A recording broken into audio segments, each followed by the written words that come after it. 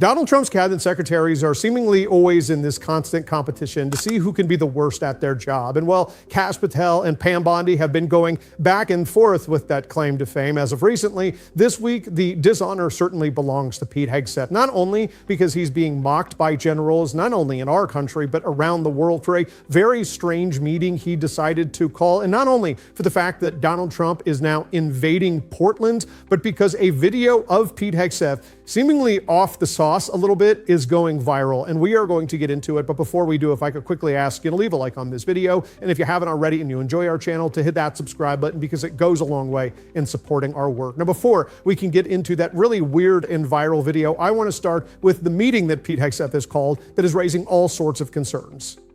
Hegseth mocked for generals meet. Could have been an email. Ever embattled Pete Hegseth is under fire for calling top brass away from their command post to attend a short speech on the warrior ethos. The defense secretary, who now goes by his title Secretary of War and who's consistently drawn criticisms for his prioritization of topics at the Pentagon, has apparently demanded that every military official above the rank of one-star general fly in for a Tuesday meeting in Virginia, even if they're stationed abroad. People with knowledge of plans for that event revealed to the Washington Post that the former Fox News personality intends to make a video of his brief address, which will focus on military standards and culture, and that he asked for top brass because guys with the stars on their shoulders make for a better audience from an optics standpoint. While the White House insists the meeting will serve as a show of force, social media has granted Hegseth little mercy in the hours since news of his plans first broke. Definitely a meeting that could have been an email, one user wrote on Blue Sky. My dad was a colonel who trained pilots going into battle, another user said. If he'd been summoned to a lecture about the warrior ethos from a Fox News host, he may have dive-bombed the Pentagon. California Governor Gavin Newsom, whose social media team have lately sought to emulate the kind of viral Trumpisms that won MAGA the election last year, was also quick to get in the action, writing, "Poor Pete Hegseth," Newsom posted on X, "wants to be taken seriously, but looks like the guy TLC fired from Duck Dynasty." He added in a weird deep cut reference to the A&E reality TV show of the name about a Louisiana family who sell duck hunting products. Weak, no brains, no talent, zero future, the governor went on. He wants to be Secretary of War, but cannot even throw an axe or do a pull-up. Sad. So everyone's having a lot of fun with how unqualified and embarrassing Pete Hegseth is, I'm sure, except for those actual military generals who have better things to be doing with their time than allowing Pete Hegseth to make a stupid social media video. A stupid social media video so stupid that Donald Trump wasn't even briefed on it. And even if he was, he's forgotten because it's so idiotic. But listen to what his response was when Donald Trump was asked about Pete's decision. Secretary Hegseth is inviting military leaders from all around the country on Tuesday. Will you also be there? From all around the country to what? To Virginia. He's inviting the generals and admirals to Virginia for a big meeting. Well, I know. I love it. I mean, I think it's great. Let him be friendly. Let him be friendly with the generals and admirals from all over the world. Why? Is there something? No, but is there something wrong with it? What is it about? Will you be there personally as well? And what is it about? Well, I'll be there if they want me, but why is that such a big deal? I mean, the fact that we're getting along with the generals and admirals from all. Remember, I'm the president of peace. It's good to get along. It's good. You act like this is a bad thing. Isn't it nice that people are coming from all over the world to be with us? It's not particularly unusual that generals who report to the Secretary of War and then to the President of the United States are coming to speak with the Secretary of War. It's actually not unusual at all, and I think it's odd that you guys have made it into such a big story. And while Trump didn't know about this meeting, he did know that he was sending Pete Hegseth and Kristi Noem to order troops to protect, in his words, war-ravaged Portland and any of our ICE facilities under siege from attack by Antifa. Okay, so Trump doesn't know that Pete Hegseth is planning to take generals off of their posts doing important work, keeping us safe, to bring them to like his little fun fest. It's going to be like Charlie Kirk funeral pyrotechnics, and he's going to come out like that scene in Rocky when Apollo Creed's "Living in America." And like that's going to keep us like safe. No, it's not going to keep us safe, not at all. And neither will sending troops to Portland. None of this makes sense. It just underscores and emphasizes how idiotic and dangerous the people in place are, especially when this little video right here of Pete Hegseth enjoying a little Vikings Commanders came out.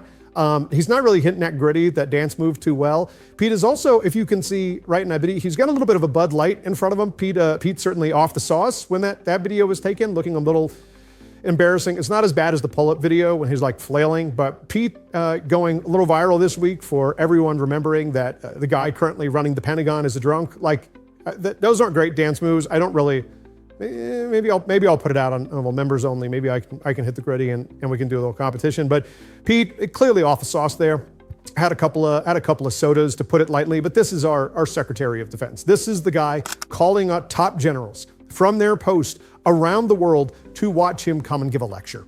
That is what Pete Hegseth is focused on. That is what Donald Trump is focused on. It is all optics all the time for these people. That is so important to recognize, that everything that has happened under this administration has fundamentally been about the show that they can make out of it. Charlie Kirk's funeral was like a WWE match. And I know that people will say, oh, you shouldn't say unkind words or belittle his widow. I don't really care. She married Charlie Kirk. Charlie Kirk was a piece of shit. That tells me everything I need to know about her character. But she's sending out like these email blasts right now, being like, if you miss Charlie as much as I do, then I need you to donate $20. It's like, this is just a grift. It's all a grift. Charlie Kirk's funeral was a grift. Pete Hegseth's little warrior video is a grift. He's just trying to get attention. It's the reason why we saw Kash Patel send out his little tweet saying that he got the Charlie Kirk killer before he did, had to backtrack that. Why he sent out that little post on Twitter with the Sharpie written anti-ice on the bullet casings. I don't really trust any of that. I don't want to say it's fake because I don't want to go that far. I will say I don't trust it. I don't know why we have to trust the FBI that's covering up the Epstein files, that FBI. I got to trust that FBI. Get the fuck out of here. I'm not doing that. But Pete Hegseth is clearly just a joke. He is a Fox News personality who is incompetent and often inebriated. He was certainly inebriated in that video. I don't know if he'll have a couple sodas, maybe a couple G&Ts before his big speech, get him hyped up. But I also think it's important to point out that video was taken before he was Secretary of War, Secretary of Defense, whatever you want to call it. We'll call it Secretary of Defense. Pete Hegseth, is he drinking on the job? I don't know.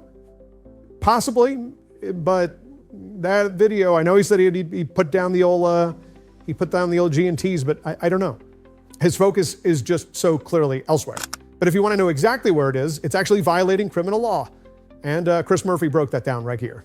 You probably saw news that last week the Trump administration took this airstrike on a boat off the coast of Venezuela. First of all, we have sort of no information on who was on that boat or who was killed. It might be, as the Trump administration says, members of a drug cartel. It might be civilians. We don't know. But there's two important things here that are really concerning that you need to know about. First is the president has no legal authority to take that strike. We are not at war with Venezuela. We have not declared war against any of the cartels there.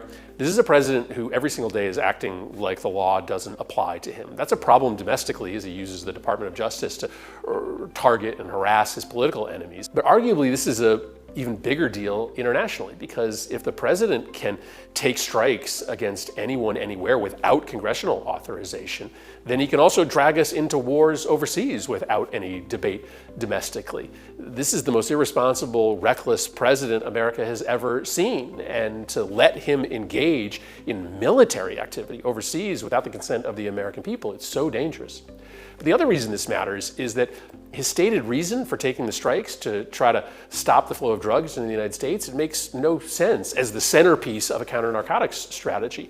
The Venezuela-Caribbean route, it's just not the main way that drugs come into this country. And to the extent it is, it's about the cocaine trade. The drug that is killing Americans right now is fentanyl. And fentanyl comes in through the Central American route, through Mexico. At the very same time that Trump is ordering these strikes on the boat in Venezuela, he's gutting the programs that we use to interrupt the drug trade coming through Central America and Mexico. We have dramatically fewer resources to stop fentanyl coming to the United States while we're taking airstrikes against a boat off the Venezuelan coast. This is a recipe for more drugs, specifically more fentanyl, to come into the United States. This doesn't make sense as a counter-narcotics strategy. It is not allowable by law. It's a complicated, important story, but it's a story that we really have to talk about. We have been having right now what I think is an important conversation about political violence in America. Certainly people on the left have. The right has been having a conversation. It's not as important. It's a little bit out of touch. It's very myopic, the view they have of what is political violence. They just want to focus on a select few shootings, which is funny because I thought that they didn't even acknowledge that shootings happened. They don't want to have a conversation about gun violence, of course, but they don't take stock of the attack on Paul Pelosi, the attack on our Capitol, or the attacks that Donald Trump carries out every single day, courtesy of Pete Hegseth and Kristi Noem. Ripping families apart violently in communities in which people just want to build a better life for themselves, that is political violence, by the way. These illegal bombings when Donald Trump and Pete Hegseth decided they get to be judge, jury, and executioner on international waters, violating criminal code, that is political violence too. I know that they don't want to acknowledge that or take stock of it or really care because they don't view all human lives as equal and worthy of protecting. But I think that we as Democrats, when we are working to build back trust in our party, need to have what Zohran Mamdani describes as a universality in our politics. It is not just enough to say, we want to stop political violence when it is, of course, acts against political figures. That's true. But when our politicians are instructing violence to be carried out, when they are sending their mass thugs, that is too. And of course, Democrats called that out.